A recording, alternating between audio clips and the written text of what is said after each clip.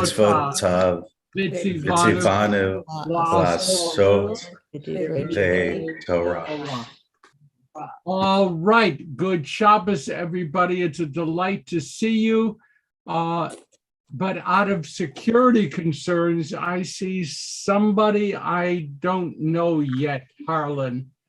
Good morning, Rabbi. I'm a good friend of David's and Larry Weiss's, and I've been meaning to join for years, and here I am. I'm sorry, actually, the date cutoff for signing up has passed for this deck. No. It's really good to see you. So you're a member of which congregation? Wilshire Boulevard, but I've been with the university since Rabbi Simons came in 2008. There you go.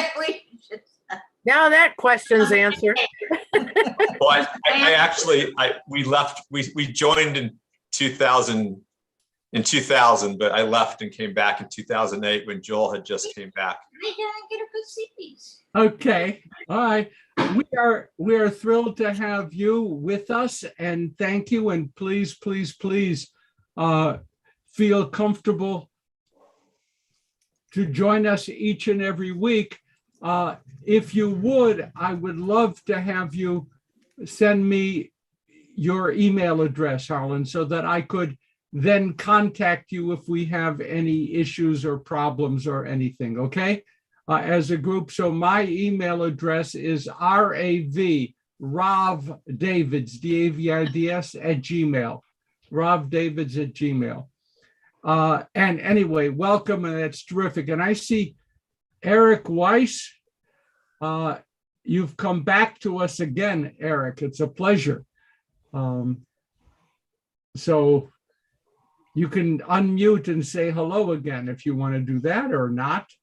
But anyway, it's all right. How you doing, Rabbi Davids? I'm online for the class, and I thank you very much.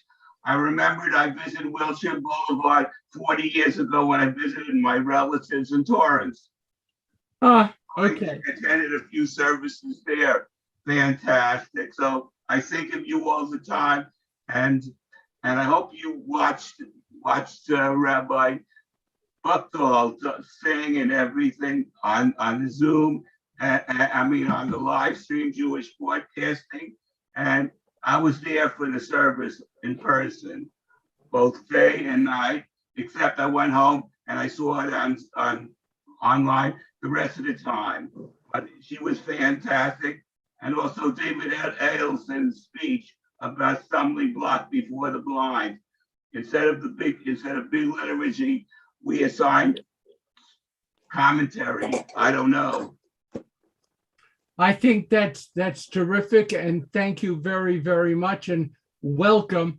It's good to see everybody. And okay. Also, yeah, because stumbling block, I'm on the autistic spectrum, so I have to have. If you treat me with kindness, I'll treat you with kindness, and if you bully me, forget about it. Thank you, and live long and prosper. And I will mute myself for the rest of the stuff. And if I have a question, I will gladly ask. Okay, thank you. Bye-bye.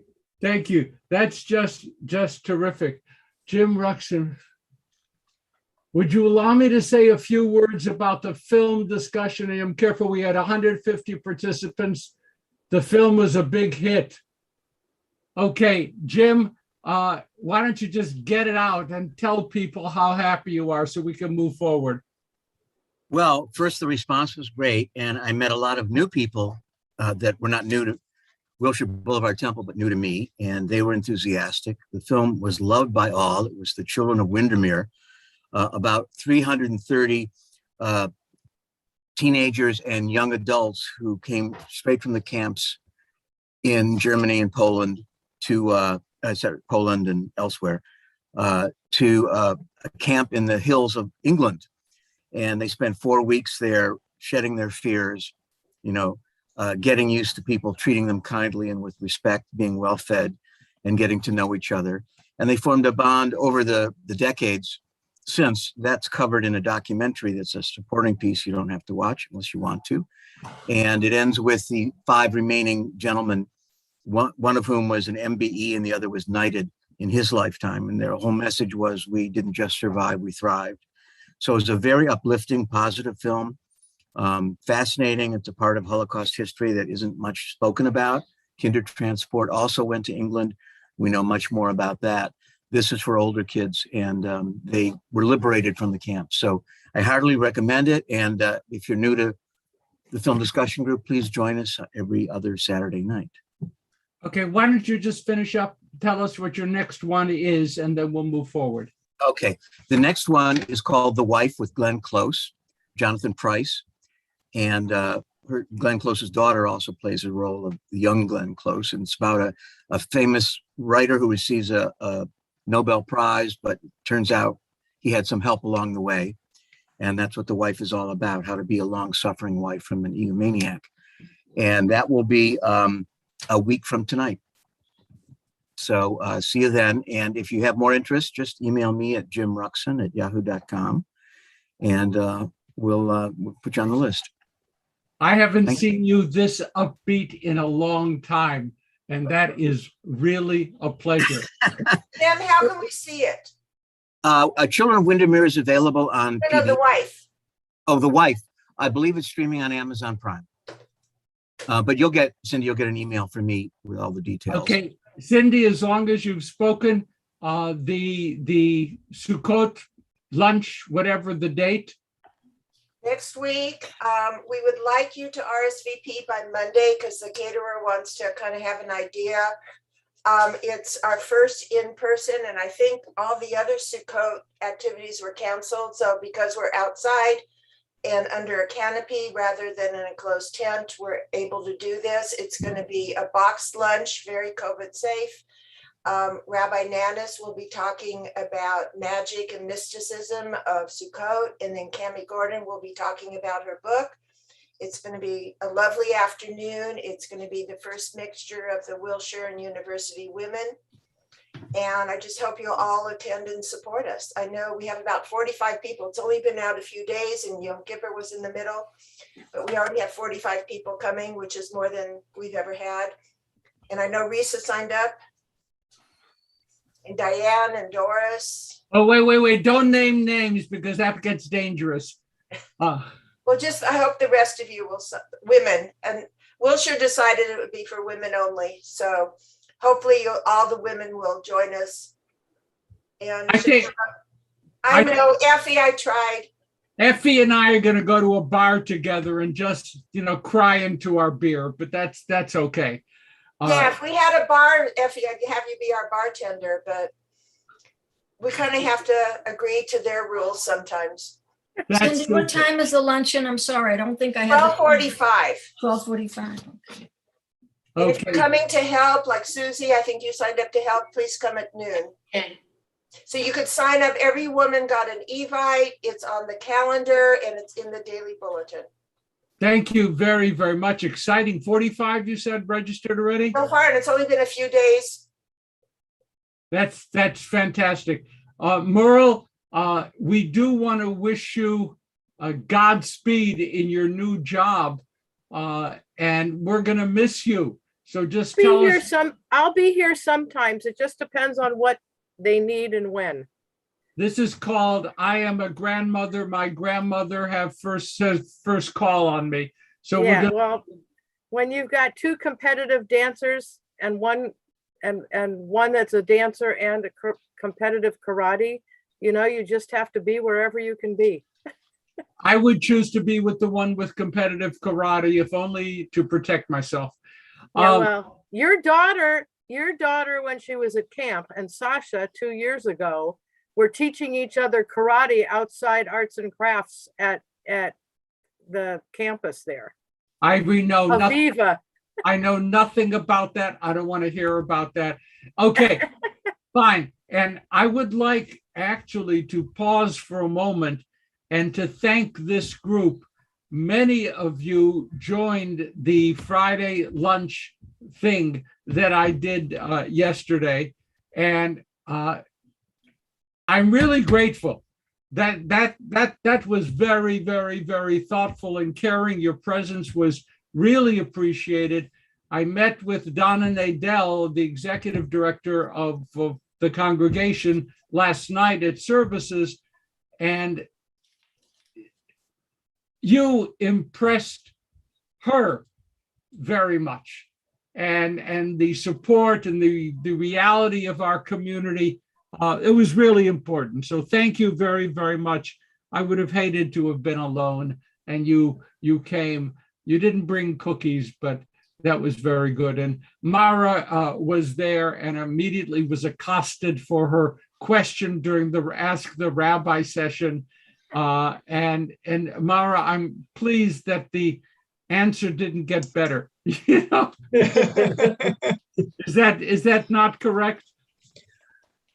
Your answer to my question was actually wonderful. I'm sorry, I didn't hear you. Wonderful. Perhaps I misspoke. Okay. So that worked out. That worked anyway. It's a thing. It's very, very nice. Is there anyone else here, Harlan? We introduced anyone who is here for the first time. The screen is getting bigger and my eyes are getting poorer.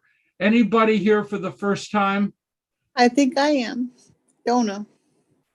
Who is I? Donna. Oh, Lady Donna. Hi. hi. Okay, so Shabbat hi. shalom. Shabbat shalom and welcome and welcome. So our tribe continues to increase. And Merle will we don't call it the replay, but I mean, yeah, we'll be in the library. That's it. The calendar, first of all, just to be aware, I have so much fun being with you. It's great. Just to be aware, and I know we all are, today is going to be an interesting day, quotation marks, interesting for the United States. We'll be watching the rally in Washington, D.C., and hopefully it will prove to be nothing. That's what I am hoping, and we should all pray for that. Calendar, Monday evening, Tuesday morning, Sukkot. Erev Sukkot, Monday evening, Tuesday morning, full Sukkot. And we're into that holiday. Those of us who have not yet bought our lulav and etrog, I'm pleased to tell you that all the shops at Pico Robertson will be open tomorrow, anxious to overcharge you for whatever it is that you need to make Sukkot work. Deuteronomy 32:10.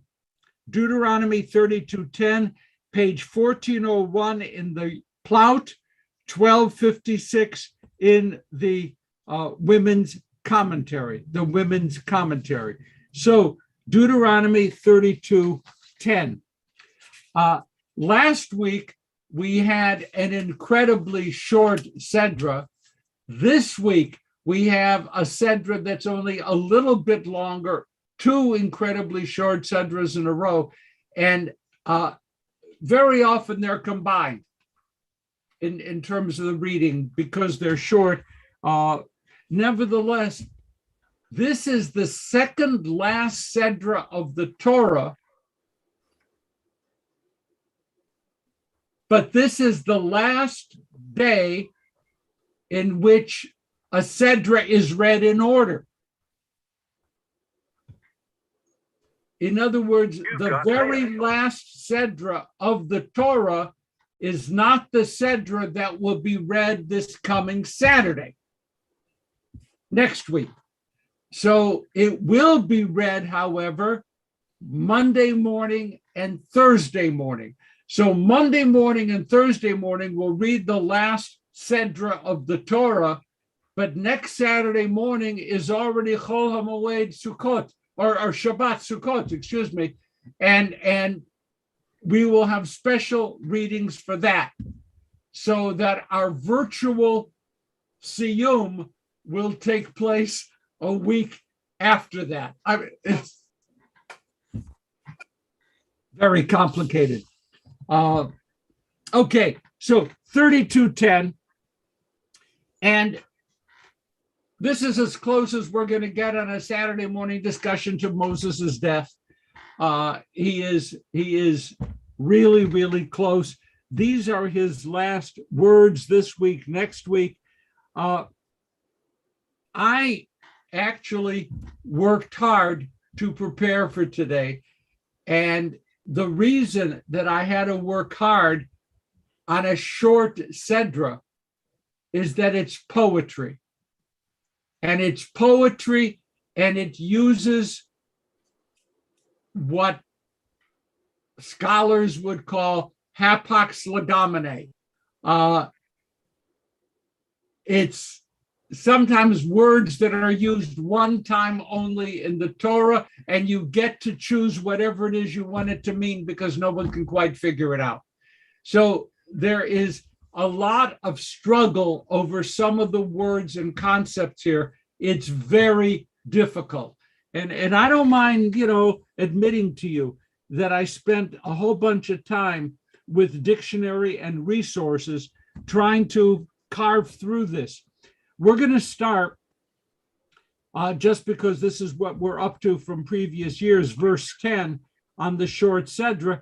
God found them in a desert region, in an empty, howling waste. God engirded them, watched over them, guarded them as the pupil of God's eyes. My portion says him and not them. Yes, your portion is painfully sexist and out of date. But that, I mean, that's fine. The new Plout is gender sensitive and is aware and made certain changes. Okay. But that also helps with selling books when you make corrections. Yimtsa'ehu be'eretz. The Hebrew singular? God found him. Yimtsa'ehu. Uvetohu yalel shoi yisovavenu yivot. Yes. Yes. But it's a collective hymn. Forgive me. It is really God found the Israelites. This is describing the earliest contact between God and the Israelites. And Moses begins this final speech by saying, folks, I made you out of nothing. You were Ephes. If God spoke Yiddish, God would have said, you're a Gornished. You are a nothing.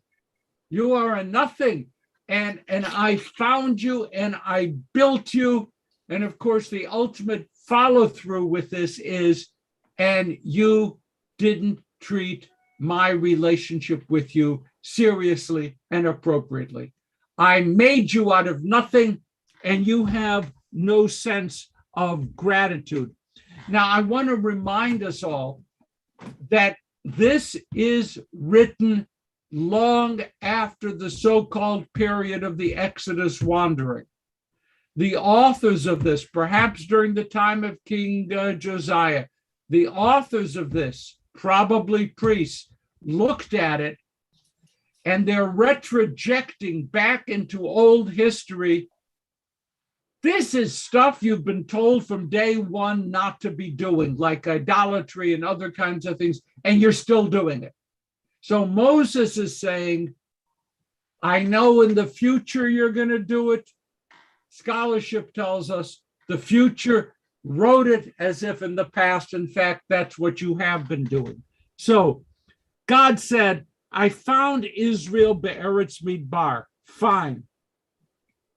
Uvetohu. Stop.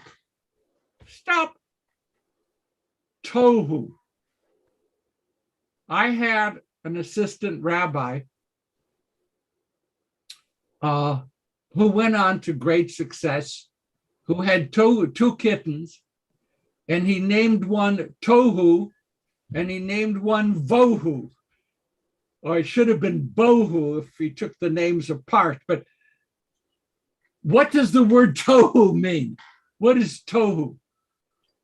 Donna, Unformed. Chaos. Chaos. So in the book of Genesis, right in the period of creation, God created everything out of Tohu. Tohu was the very beginning. And the author knows, by the way, that you folks, we in 2021, the author back, 2,400 years ago, knows that in Los Angeles on this date, we would look at Tohu in the text and it would connect to us. We're talking about the Genesis word, okay? It's to be expected. Tohu is a really strong, clear word.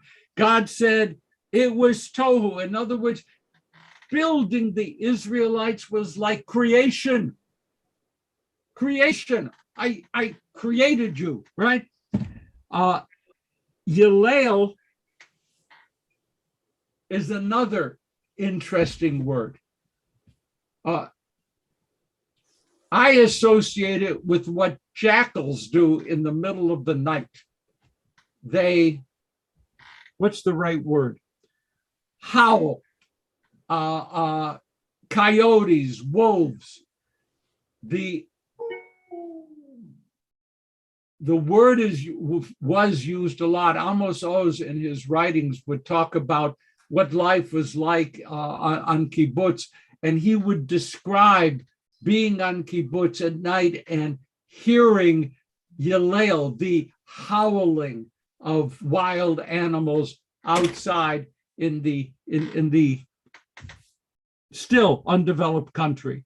So I found Israel in the wilderness, in utter chaos, in a place where wild animals howl, and Yeshimon, which, I don't know, it says wasteland, that works for me. So what's the image? What is God saying here? What do you hear? What do you hear with this? Penina? I think that the environment that the person is living in facilitate emotions and desire to follow certain ways. What's happening around you will influence your spiritual development. You cannot deny that when you take away a person's freedom or comfort, his views about the religion or his spiritual views might not be the same as when he's free to choose and to make decisions. If you are in a bad situation, there is no room for this spiritual sometimes, like what happened in the Holocaust, or what happens when the synagogues were destroyed, or when the Inquisition imposed suffering and so forth. Let's keep our focus here. Certainly the author of the passage is aware of what that world that you're describing is like, okay? And I've camped out in deserts, and sometimes the desert can be frighteningly not empty at night. And you hear things, and the description, I'm sure all of the intended readers understood it. So God found us. Eric, you have a question? It sounds like the Abraham story to me, where we found Abraham in the desert, and he said, and he recruited Abraham to be the progenitor of the Jewish people. I like that. I think that we have the situation of, also, Eric, it resonates with me in the Haggadah. Do you remember that passage in the Haggadah which says, Arameo Vedavi? It was actually a quotation from the Torah. God found Abraham as a wandering nomad, whatever, and built the people. What some literary scholars, Brad is not here. Oh, there's Brad. Some literary scholars like to point out how unusual it is that the Jewish people emphasize our origin as less than noble. Let's be nice. A lot of other peoples are descended from gods or have various other progenitors, backgrounds, whatever. We emphasize that God built us out of nothing. Out of nothing. That's who we are. So fine. Now Excuse me, we Rabbi, is he in Jerusalem? Is that gentleman in Jerusalem that was just talking to you? no, Eric is in New York, but he has a picture back there. Oh my God, they say When I Israel, visited the Western Wall on a tour, so I use that as a background. It's a nice background. It's a Oh, wow. The Western Wall. When I went to a trip in 2017 to Israel with Rabbi Buchdahl. Okay, now, moving back into the text, the next words are not clear. And forgive me, I think I can translate them, but I don't know what they're saying. Yesova Venhu. What is the one of the Hebrew words for dreidel? Sevivon. Sivivon. Okay, Sivivon. Because it goes around. The dreidel is a going around thing, right? So Yesova Venhu, what does that mean here? It says God engirded them. May I assure you that the use of that language indicates he's not really sure where he wants to go with the word. God engirded him. Rashi will say, God surrounded the Israelites with clouds of glory. Fine. Is that what the author intended? I'm not sure. I'm not sure. I'm not. Donna? Is there in that root, does that have to do with building up? No, the next word. The next word is the Yevonanehu. That's what I meant. Yeah. Well, Is that Well, that's not the engirded part? No, Yesova Venhu is the. Oh, I thought that had to do with turning around. Well, that's engird. I mean, that. Oh, engird. Oh, okay. You're dealing with Stanley's problem. Yes, God put something around us. Did you read in the paper about the what was it? What's the monument in Paris that was just wrapped up again? The Arc de Triomphe. Arc de Triomphe. The Arc de Triomphe, right? So the Arc de Triomphe is now wrapped in all kinds of silvery stuff, and I'm sure it's fabulous. So I had the image of God wrapped us, if that's what it means. Yevona Nehu, the next word. Defending. It has. Protect them. Pardon? It's to protect from the word magen. No, Yevona Nehu is not from Magen. No, Yevonaneu is going to build them. Yegonaneu is to protect. Yeah, but I didn't say protect. Yevona Nehu. It's to build somebody. Or from Binah, from understanding. Yes. In other words, it is, there are possible meanings. And even if I would tell you, God wrapped them up like the Arc de Triomphe, and God built him, or God caused him to understand, it says God engirded them, watched over. I don't know, Tamara, can you bail me out on this? I mean, it's not, I didn't crack it. Okay, all right. My version says granted discernment, which ties into your definition of understanding. Yeah, but that's one of the possibilities.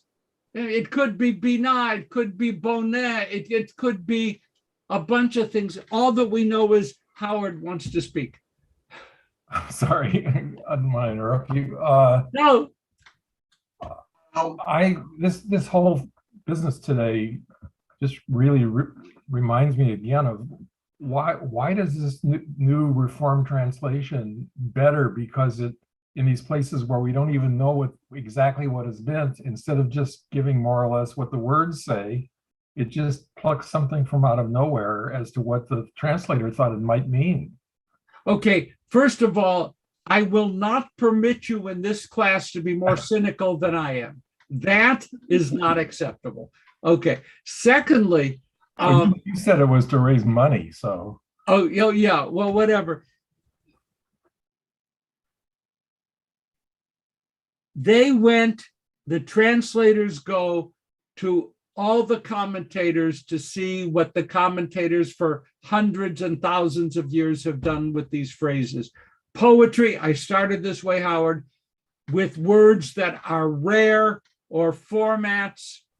Remember that this is an old poem, and poems, probably poetry, the oldest writings in Torah probably are the poetry, and it's passed down orally.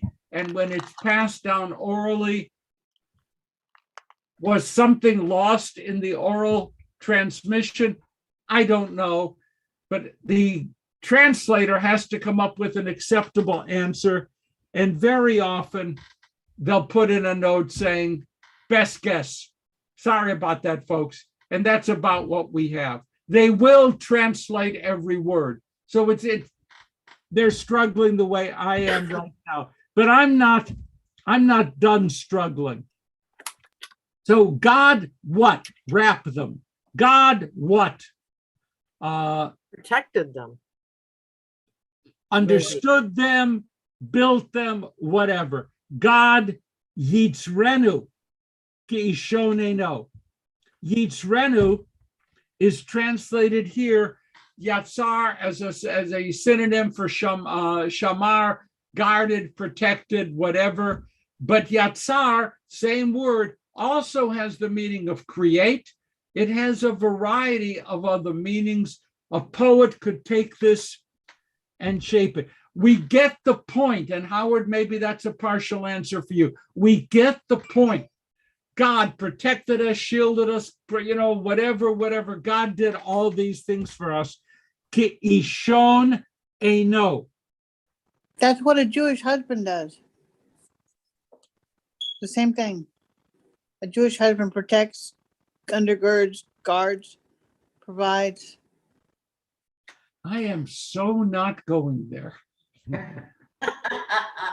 Well, I'm a divorce lawyer, and I'm here to tell you they don't. Okay, Risa, and you know that I am not going to comment on that. Sorry. Okay. Eric. Yeah, I see it more as a I got a parent visual. lifting and encircling a child. I'm sorry, two people are talking. I can't hear. Eric, please. Okay, I remember the pillar of smoke and the pillar of fire protecting the Israelites on their journey. I was getting a visual about that. They wrapped the smoke around the pillar of fire that wrapped around the Israelites. And that's what I'm getting the visual. There's even another rabbinic comment that God took Mount Sinai and used the walls of Mount Sinai as outer walls to protect the people through the desert. When the commentators get to that extreme, you know they're struggling, okay? You know they're struggling. Brad.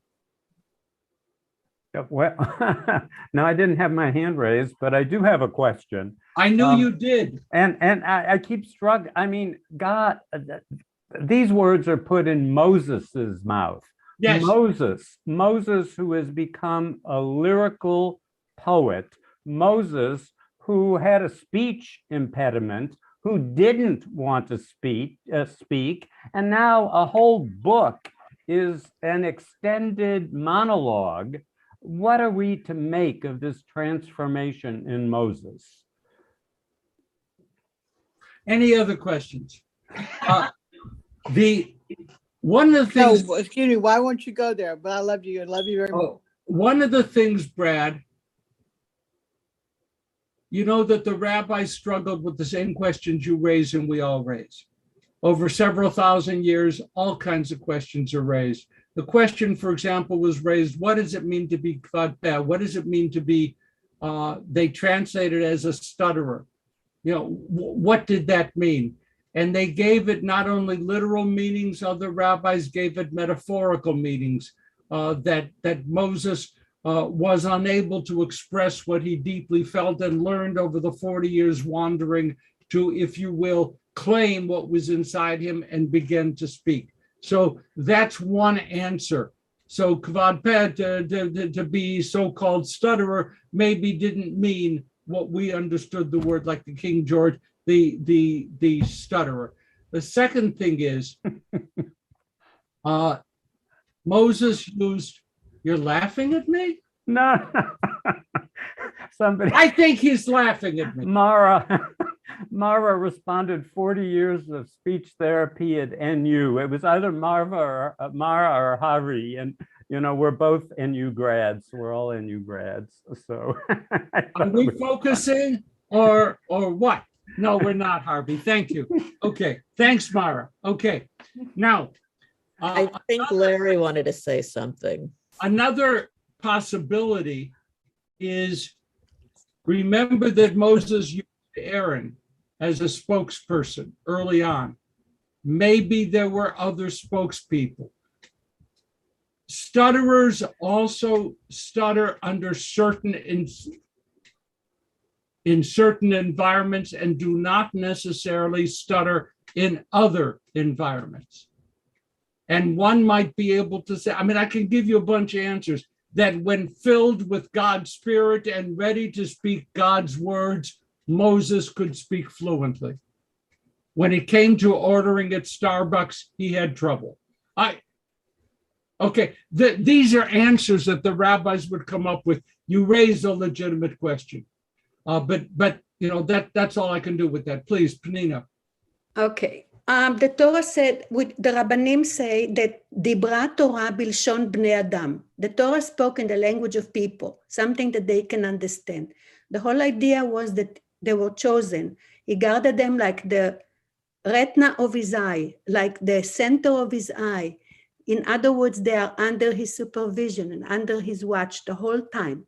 And they were picked from all this stuff, and he gave them attention like a precious child, like a precious being, and with possibilities, with understanding.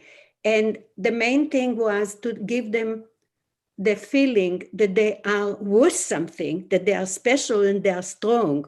And the whole idea of giving this speech, it's to prepare them to be on their own now and give them the ability to feel that they are capable, that they are special. Let's just move forward, because Rabbi guarded them as the pupil of God's eye. That's right. I love the word ishon. Right. It's the retina. Ishon is translated as pupil. Right. But if you remember, the image is of a man-like figure, ishon, of when you see yourself reflected. The rabbis, some philosophers really go after this, that a form of connection cannot be stronger than when you are looking at another person and see yourself reflected in that person's eyes. You understand what a powerful image this might be. And that's one of the reasons why students, and linguistically, apparently there's a connection, are called pupils. There is a connection to this, that these, Ishonim, these little Ishas, little people, are what's going to be great. So the word itself is a very lovely word. So God said, whatever it is, I'm going to protect you. Ishon Einai. Some of the rabbi, Ibn Ezra, others will say, when you're in a battle or you're in trouble, one of the things you will almost, he doesn't say reflexively, we would automatically do is shield our eyes. Shield our eyes, because the gateway, whatever we do to describe it.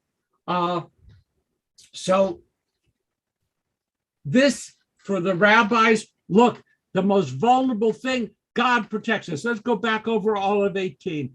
Verse 10, God found us in the wilderness, howling wilderness, surrounded us, caused us to understand, or built us up, protected us like the apple of God's eye, like the pupil of the eye. We can move on. We have this, okay? I mean, we know what the Howard, we know what the author intended, even though the translation is not perfect. Effie. Yes, two things. One is that a person who stutters when they sing, they don't stutter when they sing. So maybe when you say poetry, you don't stutter. I think that is absolutely fine. We have a whole variety of circumstances. There are different kinds of stuttering, okay? We understand that Moses was a stutterer, but yeah, we can do that. I want to keep moving forward. Miss Jones, question. Mel Tillis sings. I sing too, and sometimes I stutter a little. And I understand the things in our emotions are in our essence. We can't express in words, but we can in the music. So I understand that. And I understand that when I sing, I cause people to shudder. So it's it's different. Now, this You're next, adorable. yeah. I don't know what to deal with that. 11. Knesher Yair Kino Al Gozolav Yerachef Yifros Kanafav Yikachehu Yisaehu Al Evrato. This is one of the most frequent, powerful, important images in the whole Torah. This is a good spot to be. Hold on to this metaphor because it's one of the ways in which we describe God's relationship to us. Okay, so let's just Nesher. Some of us may know Nesher as a cab firm in Israel. Nesher cabs, yes. But setting that aside, it says like an eagle who rouses its nestlings. Kino, the word in Hebrew that's translated as nestling, really means nest, N-E-S-T. And so properly, the translator says, as the eagle Yair stirs up his nest, stirs up the baby birds, right? As the eagle does that, Al Gozolav Yerachef. Yerachef may mean gliding down. Sometimes it's translated as hover, hovers over. What's the image? Rashi points out. I'm not an eagle expert. I like eagles. That when the mother eagle comes back with food for the gozalim, for the fledgling little birdie thingies, if the mother bird, an eagle, would flop down on the nest, this could be a seriously dangerous thing for the fledglings. Eagles are big. Uh-oh, duck, Joe. Here comes mom. So what the commentators say is the mother eagle makes a little bit of a noise, a mess, air currents above the nest. The fledglings know to crouch down, and then the mother bird lands and feeds.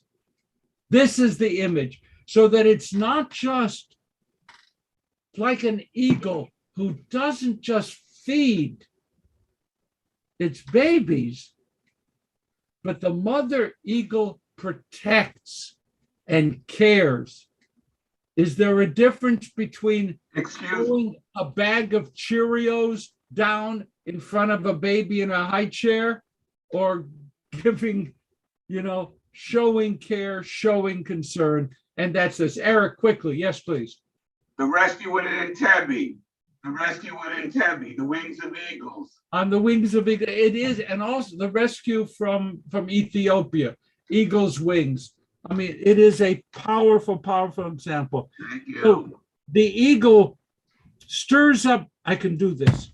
The eagle stirs up his nest, hovers over the fledglings, spreads its wings, takes it, and carries them on pinions.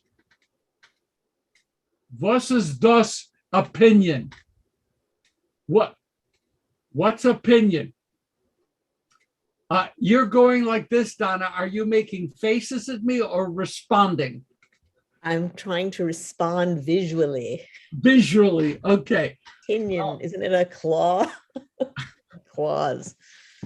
The way this is understood, not claws, but wings. And the rabbis make a big deal out of this too. They love this metaphor. I do too. God's protection of the Israelites is like the protection given by the mother eagle who fears nothing above it. The only fear that the mother eagle would have would be arrows shot from below. So the mother, to protect the babies, puts the babies on her back, on her wings, flies them comfortably and safely. And if there is danger, the mother eagle takes the bullet. Mixed metaphor if I ever heard. But the mother bird exposes herself to danger to protect the fledglings, Rabbi, may I speak here, please? Please. I want to say that I understand this, Yes. and I can't go into my personal life, but I understand this so much because when I Ms. lost my Jones, husband, yes. I want You to say about froze. the Okay. eagle. The eagle. I'm sorry I didn't hear you. I'm sorry. When you talk about the mother eagle takes the mother, like God is protecting Israel, and the mother protects her children. When there's danger, a mother does what she has to do to make sure that her children are safe, even if it's painful for her and painful for them. To make sure they're safe is the number one thing that a mother thinks about. One of the things that I studied, I think in college, I think we were talking about horses because I was in college before there were cars, but at times, if a parent sees a child caught under a car, that parent can exercise what would otherwise be superhuman strength. How does that happen? Where does that come from? I think we can give the answers. But God is describing God's protection of the Israelites. By the way, this all ends poorly. You understand that. All this good stuff starts. Look what I did. I pulled the truck off of you, and then you abandoned me. This is what's going to come. I want to just move ahead just because we have 2 minutes left. Oh God, there's so much good stuff here. Now, oh yeah, I wanted to hit verse 13 just because it's fun. Verse 13, God is still talking. God spread the wings, put them on the wings. God guided them. No alien God. God is asserting absolute control over the Israelites. You had no one else. You had no one else. By the way, in the Arabian Peninsula, what did the pre-Muslim, pre-Islamic people believe inhabited the desert? What did they believe? D-J-I-N-N-S. I don't know what, jinns, is that how they're pronounced? Jinns. They believed that these magical critters were out there threatening to destroy. And this is the El Nehar. There are no strange gods. There is nobody, folks. There's me. And you treat me poorly. This is what the message of the Sedra is. And you treat me poorly. Wait, but this is the way I'll end, because God set them atop the highlands to feast on the yield of the earth, nursing them with honey from the crag and oil from the flinty rock. I want to tell you, and I didn't get to it today, that I spent a half hour yesterday looking up what Kurds were and the other words in the next thing because I didn't exactly know. And then in looking up Kurds, I found out that you could translate it as clotted cream. And then I had to look up what clotted cream was. Okay, this was not easy, but honey from the crag is a name that Larry Kushner took for one of his wonderful books on Jewish mysticism called Honey from the Rock. But I just want to point out, that's where this comes from. Then my last thing, why does this end so quickly? Vayochal Tnuvot Sadai, to feast on the yield of the earth. However, those of us who have lived in Israel, look at the word Vayochal Tnuvot Sadai, the produce of my fields, and think of Tenuva. Tenuva is the largest food manufacturer and processor in Israel. So they took the name right out of here to do that. And two last thoughts about Tenuva, just to leave you where I always am, mystified. Tenuva, the largest food processor in Israel in the, let's say, 2011, was the target for the great cottage cheese rebellion in Israel. And if you think I'm kidding, you're wrong. There were street protests against Tenuva. Israel was in the streets, riots, civil unrest over the price of cottage cheese. Okay, so that's a fact.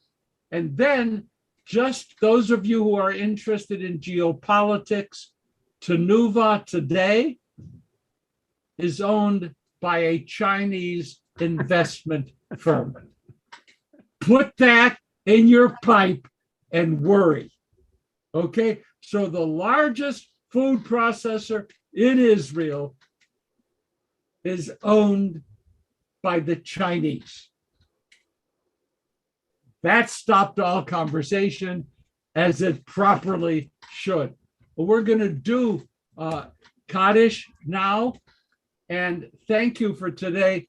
I told you, dealing with the poetry, it's rich, it's beautiful, it's tough. It's tough. Next week when we meet, we'll be studying some of these special readings for Sukkot, and then boom, off we go to Genesis. So we mentioned those who have passed away during the past month: Dan Bunin, Mildred Chains, Phyllis Copen, Seema Gapsky, Gloria Gold, Robert Hazlett, Winnie Kaltman, John Kim, Marcia Kate, Layla Kreider, Cynthia Levine, Mary Marina, Jean Whitney. And the yahrzeits that occurred during the past week: Robert Adlin, Sybil Adlin Lewenstein, Solomon Agai, Adlin Applebaum, James Bacon, Norman Bailey, Diane Baracco, Erwin Bernstein, Francis Barris, Bernie Blair, Henrietta Bloomer, Earl Bogdanoff, Alfred Bohm, Pearl Borenstein, Barnett Cooperman, Suzanne Koretz, Max Cutler, Carol Jean Davis, Susan DeMille, Gertrude Diamond, Gladys Ehrlich, Carolyn Farkas, Al Finzi, Anna Fine, Melvin Fischler, Ted Flicker, Arthur Frankel, Simon Frankel, Nathan Friedman, Joan Freiberg, Harry Friedman, Sadie Friedman, Henry Gavin, Beatrice Gary, Stella Gorin, Jenny Gross, Robert Heyman, Marshall Lois Hervey, Martin Hers, Sandra Moss, Hyman Morris, Israel Scott Jacks,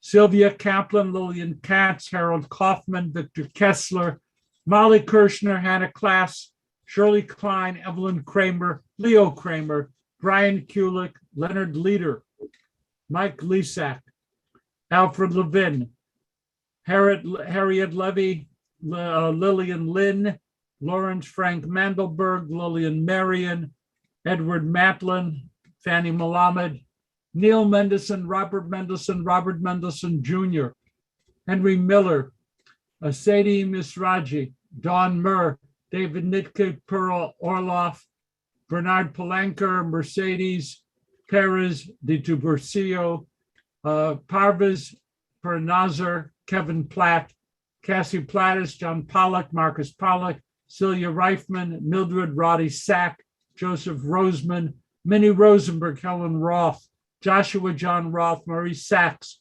Dorothy Sachs, Clifford Schiffer, Pearl Schneider, Terrell Shanbrom, Harold Chapo, Helen Chapo, Ben Shevitz, Leon Silver, Jay Slotkin, Lois Soret, David Spivak, Irene Stein, Samuel Steingold, Myron Sturman, Alan Stone, Linda Sullivan, Judy Tallman, Eileen Taub, Bruce Teichholz, Eugene Tober, Farouk Tubian, Miriam Ullman, Harold Victor, Anatoly Vulichman, Lorraine Weintraub, Michael Werner, Sandy Wesley, Robert Wynn.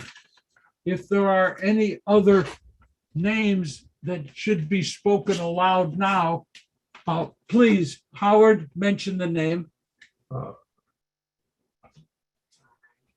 I just wanted to mention the name of Yakov Bosner, who's a Holocaust survivor and a Yiddish teacher living in Los Angeles, who passed away. Thank you. Thank you very much. Any other names to be mentioned? We bear in our mind the names of those who died defending our country, those who died defending the state of Israel, and those who have died because of the senseless, violent brutality of others. We join in Kaddish. Yitkadal, Yitkadash, Bi'alma Divra Pirute, Bi'amlich Malchut, V'chaye Echon of Yom Echon, V'chaye Dechol Beit Yisrael, V'agam Man Kariv V'imru, Amen. Amen. Shmei Rabba B'Torah, Alam Le'omei Amaya, Yitbarach, Yishtabach, Yitba'ar V'yitrabam V'yitnaseh, V'yitadar V'yitalev V'yitalal Shmei D'Kudisha, Brichu. Elam min kol birchata v'shirata, tushbechata v'nechamata, Tamiran Bi'alma V'imru. Amen. Amen. Shlama Rabba min Shemaya B'chayim, Aleinu V'al Kol Yisrael. Israel.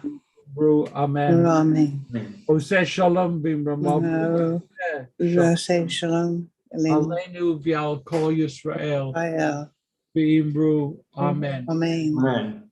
Joseph and Harlan and others who are new to our community or newish to our community, please know your presence is a blessing, and we're just really grateful that you're with us. Come back, be with us again. Shabbat Shalom. Shabbat Shalom. Shabbat Shalom. See you And next week. Oh, I didn't see Barbara. Okay. All right. Shabbat Shalom, everybody. Shabbat. Tell your wife I said hello. Shabbat Shalom. Shabbat Shalom. We had a nice group today. Fine. Okay. Shabbat Shalom. Shabbat Shalom. Shabbat Shalom. Be safe. Shalom. Be safer than ever before. Shabbat, Shabbat, Shabbat, Shalom. Shabbat, Shabbat Shalom. Shabbat, Shabbat Shalom. Hag Sameach. Shabbat Shalom.